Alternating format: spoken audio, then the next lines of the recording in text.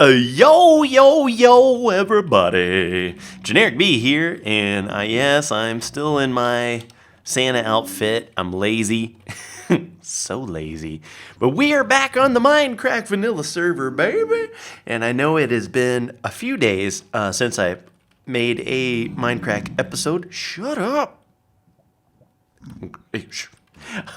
But I have been busy with a couple things. The first one here that I want to talk about is Crap for Gold had a new client with Nebris. Do not touch, Crap for Gold project in progress. And check this out. Stone bricks, 4 days, 3 double chests full to be exact. Yoink. And I have to deliver these to Nebris at the end of his time. You know what? I'm going to take one away. I'm going to be smart about this. I'm going to sacrifice 1 space of inventory for some food. Yes. And I've spent the past 2 days trying to figure out a clever design for the Devil's Daycare, because I want to start working on all of the villager, baby zombie XP farms and all that stuff. And guys, I tell you what, I was putting some effort into it because I wanted to think outside the box and do something a little bit out of the ordinary. Now, I know Nebris said he was around here somewhere. It says PSJ. That is the gyms. New hub. That's the beefers. Come on now. That's B-dubs. Guude. Nebris. Perfect. Oh, and he's got a rail cart system. This will work. Okay. Hopefully it... See if we can try this. We'll hook and go. Oh, we made it. Okay. Whew. Hallelujah. So, that's loud, isn't it? I'll be sure to turn that down. Never. Oh, it's so pretty. Wow, he's really doing work here. I like the look of that. Good old Nebris he's back in the saddle again. And I just hope that we're not gonna fall to our deaths. While I'm doing this, let me turn this down, because that is crazy, ridiculous loud for me.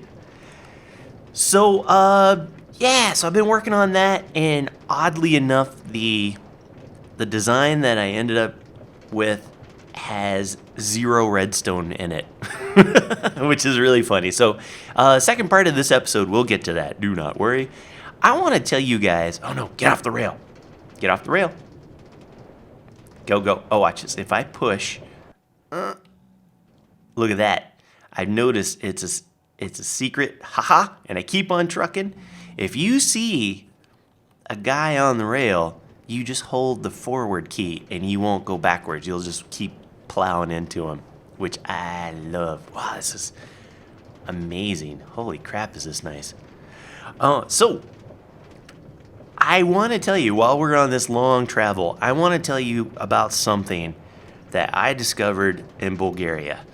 Something really quirky and stupid and backwards, and then something like really, really amazing. And I'm going to talk about this in an upcoming vlog, but I felt the need to tell you guys about this here. So movie theaters, right? It's been a little while. I saw Hunger Games when we first moved here, and it was at like a IMAX theater, one of those big old screens, right? And it's been a while, and I haven't gone out on a date with the beautiful bride in a bit. So I was like, oh yeah, let's do it to it, right? Let's go to the mall and watch a movie. And 47 Ronin was out. Oh yeah.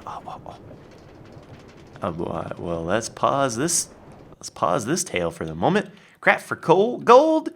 Here is payment for my 3 chests of stone brick. Oh, delivery fee and tip. Oh, of 3. Oh, this guy's baller. Now, I didn't tell you guys.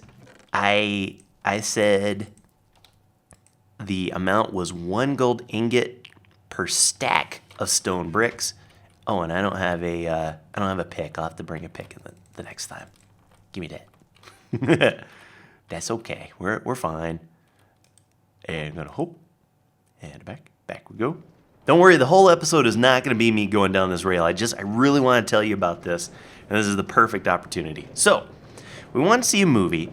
Now, the first time we went and saw a movie, there was it's weird. You reserve a seat, or you pick the seat that you want to sit in, kind of like in America is like going to a concert, right? Or like a football game, or sports game or something. And you actually pick the row and the seat number and stuff. And so when we went and saw Hunger Games, those were all full, except for some like really crappy seats over on the right. And so I said, oh, let's reserve a seat, right? And so I go to the website and I go to reserve it. And like Saturday, we were going to go Saturday. Saturday, all the good seats full on this thing. And Sunday, all the good seats full. And so finally we were like, all right, let's just go Monday, because I work for myself. There's no such thing as a weekend. So, every day is a weekend if I want it to be.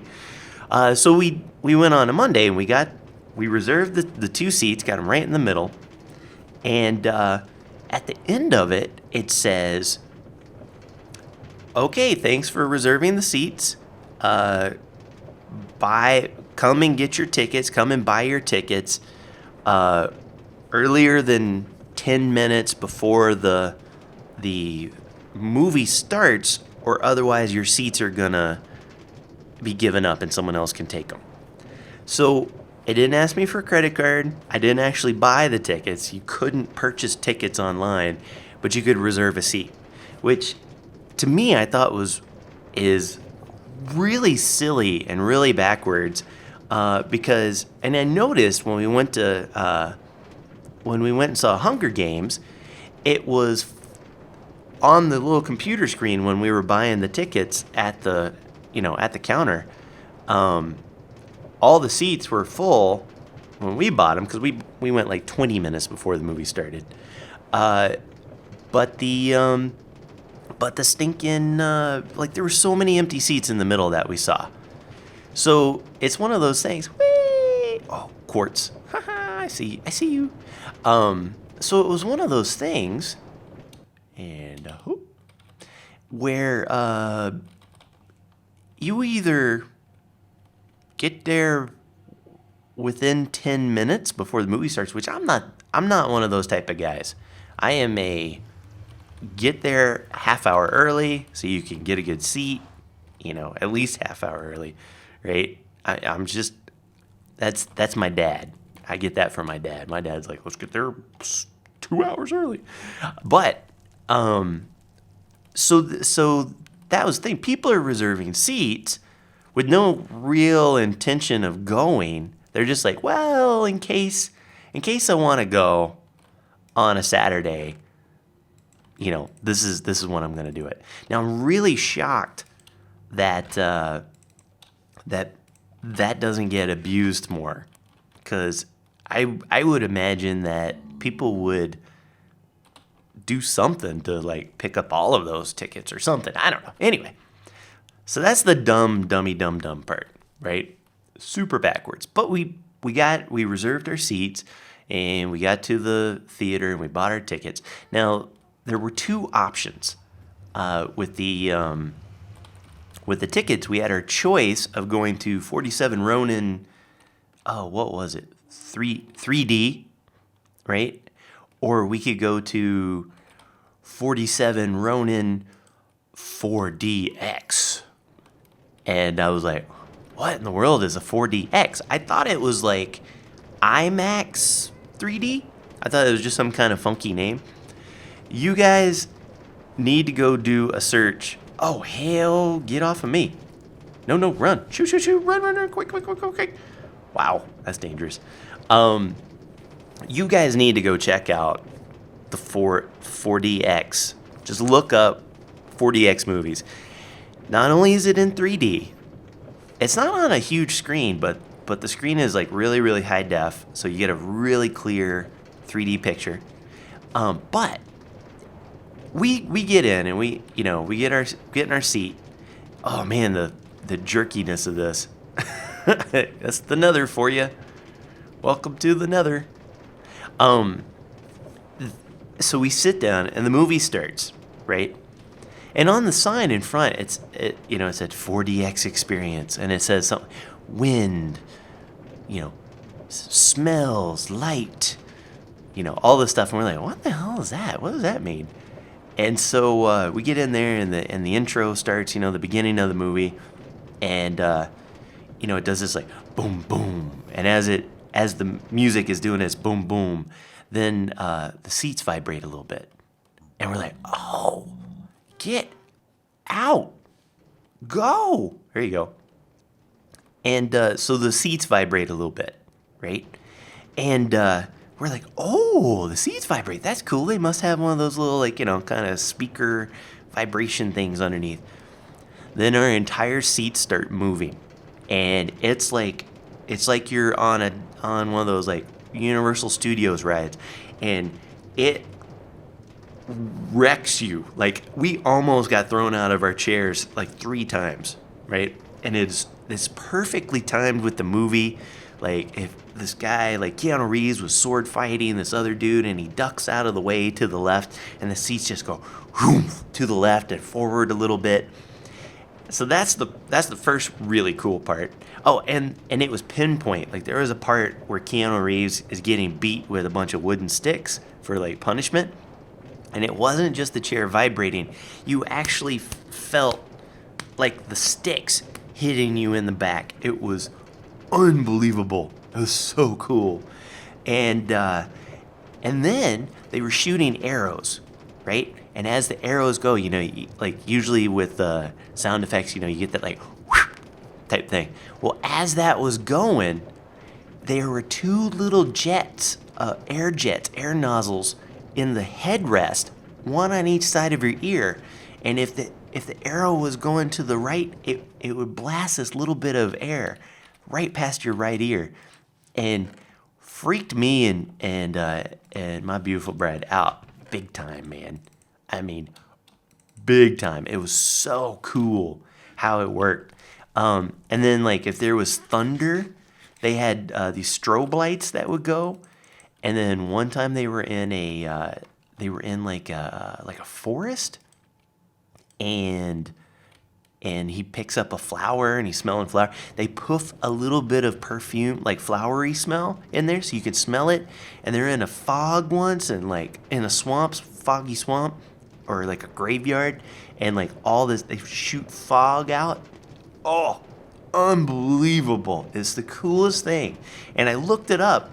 There's currently not any 4DX theaters in the United States or Canada.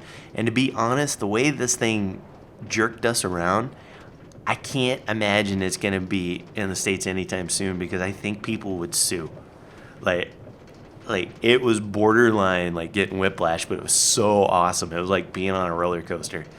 Unbelievable. And in Bulgaria, of all things. Started in South Korea, and it's in places like Mexico and Bulgaria, and like I think the Czech Republic, and some couple random places. But it was super awesome. I think I may talk to the theater owners next time I go, and tell them I do vlogs and stuff, and see if I can film while I'm in there so you guys can see the effect, because it's unbelievable, super crazy. Okay, I know this is boring, and I've talked for 14 minutes. I'm going to take a quick commercial break while I finish up my...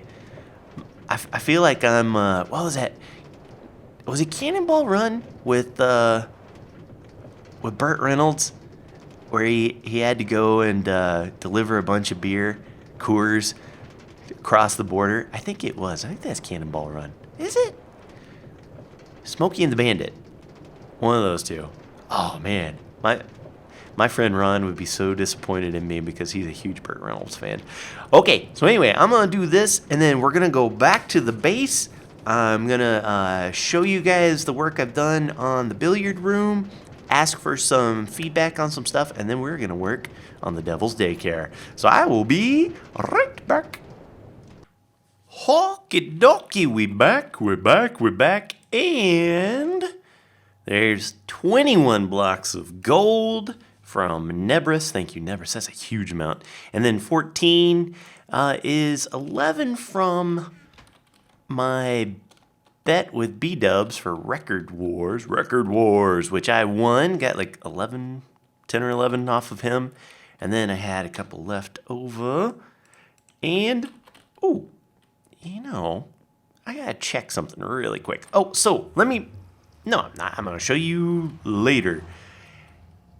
Or I'm gonna look at it later. What? So here is, if you haven't seen it from the live stream, here's what I've got so far with the billiards room. Got a little jukebox, place to hold. Oh, I got some stuff here that shouldn't be here, but I got it. It's here. Typical. These are all the records I got from the Record Wars. No stall. B-dub's got the stall. And then just some cool little lighting and some ceiling work up here. Did a little bit of some trim along the edge, which I really like. Changed these out with black glass, which I want to make some more of. Hopefully I have some squid involved. Made this little lamp right here, and I wrote this down. Hopefully I have it with me. I'm looking.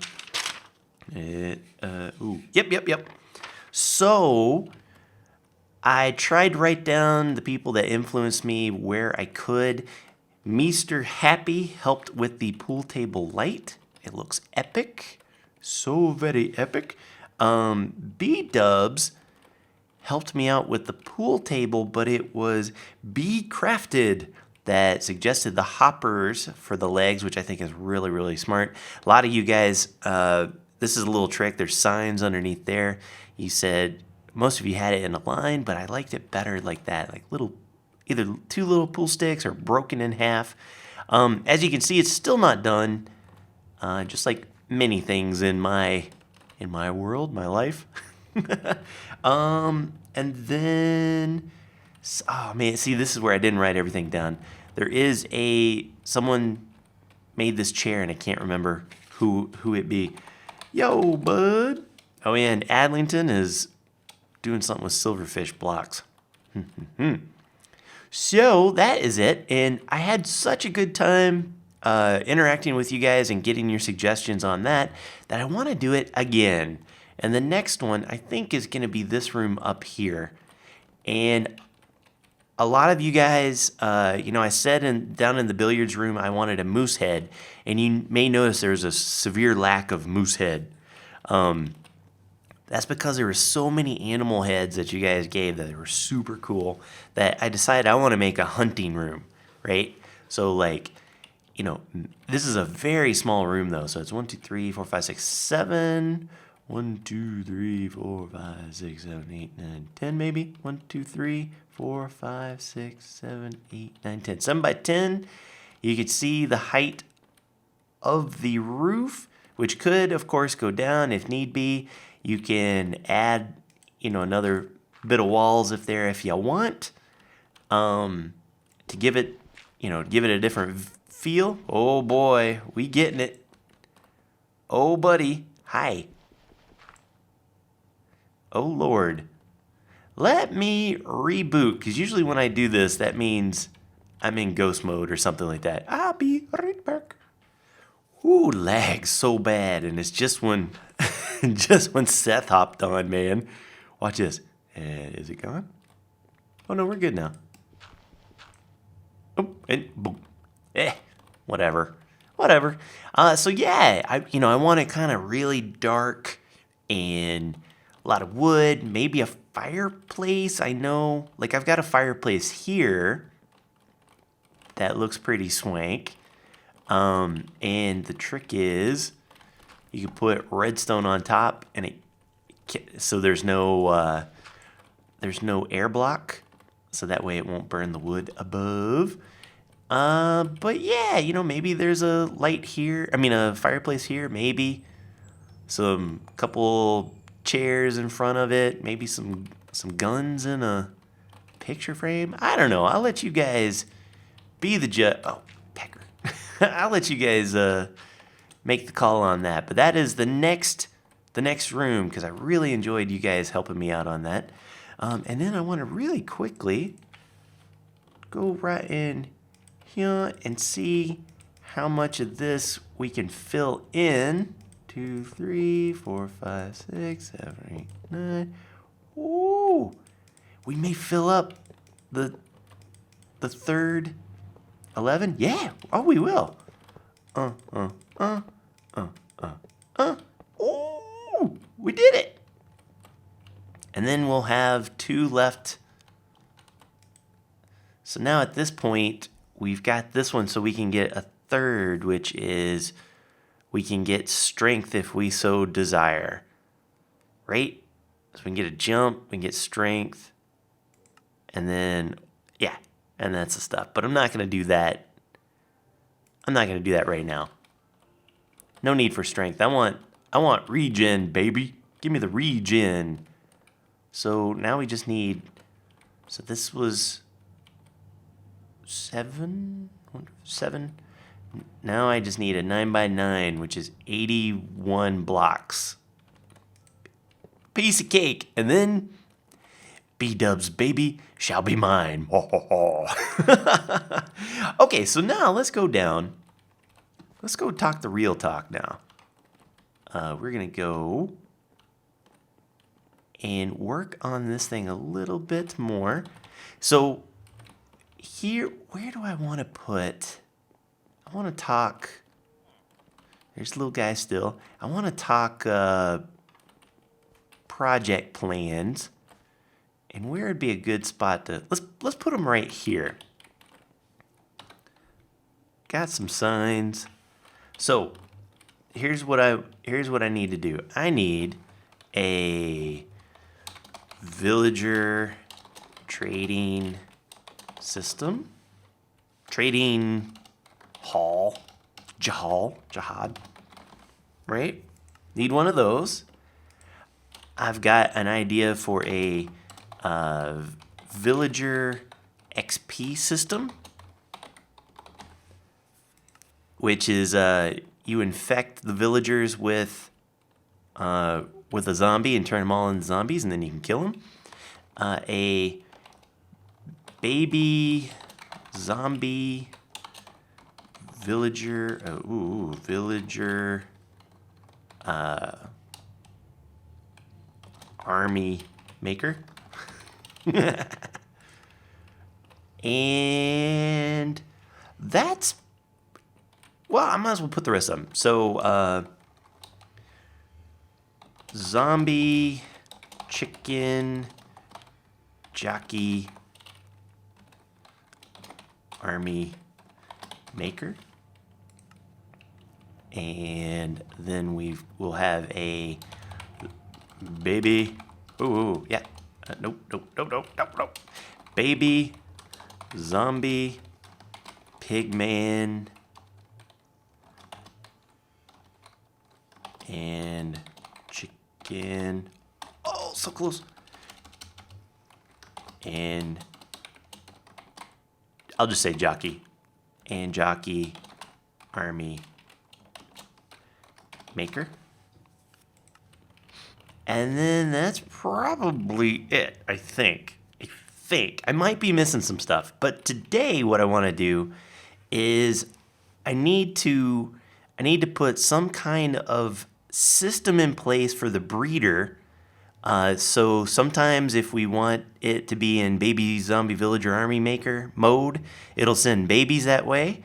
Otherwise, it'll be in villager trading hall and villager XP system mode, and that way it'll wait for the grown-ups. And so we're gonna build that right down here. Hey, bud. Oh, I need to get some water. Oh, hey. Oh, it feels so good to go so fast. Oh, can I go down through? No, I've blocked it. Ha. Because I'm smart like that. Now down here. Oh, we got a little guy. Hey, come here, Broham. And yeah, that's right. Get turned on. We have one dude. We do have to make a second one, and these guys will have to be. These guys will have to be all glass going up, because these doors need to have access to the ceiling, so that part works. But I need to make. I think I'm gonna have to change this whole thing up. And I tell you what, since this episode is running a little bit long, I'm gonna do it off camera, because this is gonna take a minute. I'm gonna do it off camera and then come back and show you guys what I have done. So I will be right back. Oh, well, I got good news and I got bad news. Good news is it's all in place and it wasn't too terribly difficult to do. Bad news is I accidentally suffocated my villager, which isn't the biggest thing in the world. I needed a second one anyway, so I just have to go down here. Can I go down there? Yeah. I just have to go down here. Actually, I'm not going to go down there because I got killed last time I did that. But I can just send up another couple zombie, grab a couple zombie villagers, turn them into villagers, and pipe them up that way. And of course, all of this is going to get pertified. I just want to get the mechanics of it done. So let me explain to you. And guys, first of all, big props to Tango Tech, who is kind of the man with the plan behind all of this villager breeding, infinite villager breeder type setups. Without him, this would not be possible. No, but he has this great design that I pretty much mimicked in structure, but not when it comes down to the actual like mechanics of it. What he had was he was focused on making sure that only adult villagers came out of this thing, right? And so he had like a daylight sensor, like these where you see these clear glass, that has to be clear all the way up to the sky. He had a daylight sensor, and then once a day this thing would kick off a couple of, like right up there is where the villager is going to stay, or the breeding villagers, I should say, will stay up in there. And he had this really cool little system where once a day, couple pistons would push the babies off into a growing cell, and once they grew up to be big adults, they would get sent off their merry way through a little thing, which I'll show you in a second.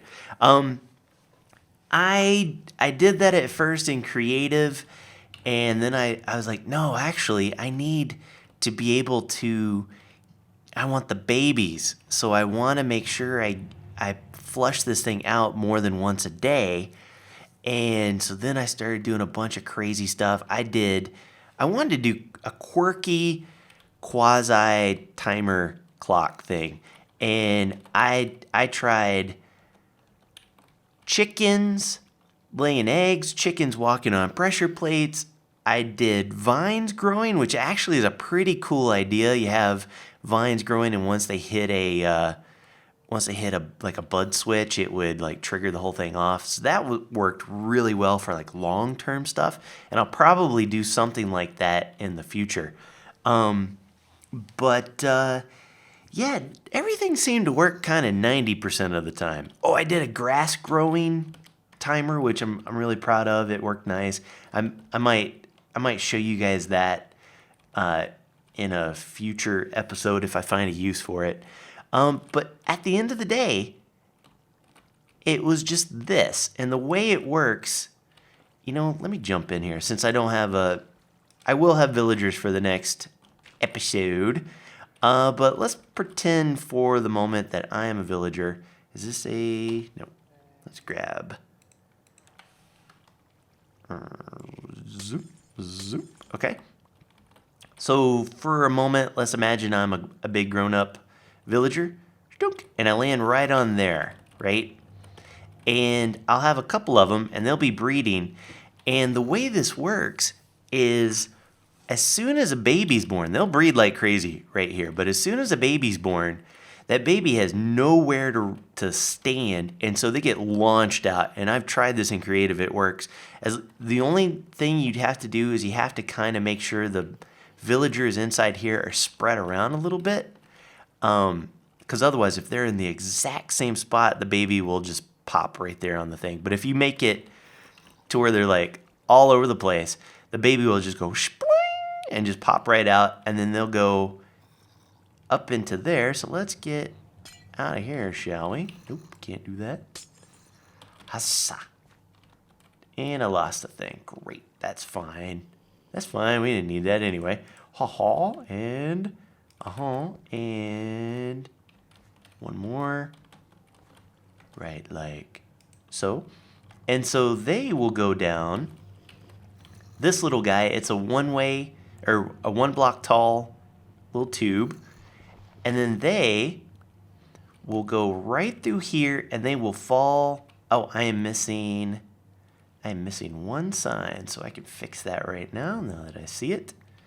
Let's go down one more. Oh, hello. Let's break it and put a sign there. Okay. Yeah, forget about that. Okay. Hey, give me that. There we go. I'll just put dirt for right now. And so the baby villagers will come through. They'll hit this part. They're not tall enough to swim up, and so they'll just go sploosh right through there, and they'll hang out until if I want to use them and turn them into zombie baby villagers, which will be in a future episode, then it'll just open up a little. I'll just have like a piston, and instead of landing right there, they'll go down and go off into some other system. But otherwise, if it's closed, the babies will stay there until they are adults, which means their head will go up in here, which means they'll start swimming up. And right now, I just have it set. Huzzah! I just have it set to drown them, just so I don't get an overpopulation. So yeah, and I'm loving this like dark. Everything down below is gonna be like dark, dark, dark, like evil lab. That's what I'm going for, baby. But yeah, it seems so simple. I was overthinking it. I mean, I had pistons and hoppers, and daylight sensors and silent bud switches and all sorts of that. I was trying to be clever to do something special for you guys. And at the end of 2 days of doing this, stick, villager on a stick, works every time. So let that be a lesson to you people that sometimes the simplest answers are the best answers. Simplest solutions. Keep it simple, stupid. That's what I gotta say. Hey, got a couple. Maybe you deserve a cookie too, if you're a good boy. Or maybe death. Okay, that is all I got for this episode. I will tell you that coming up soon, me and B-Dubs have got some work to do at Spawn B-Team, baby. We've got, of course, some more flim-flamming and stuff to do. Oh, check these out. I made these. I'm so proud of them. They look so nice. Oh, so beautiful. Do not forget, send in your ideas, design ideas for the trophy room. Just send them to me on Reddit or, make an Imager album or something like that. Send me a PM on YouTube. I'll watch that stuff, okay? So that is all I have for today. Hope you enjoyed. Until next time, take care. Brush your hair. I'll see you when I see ya. Peace.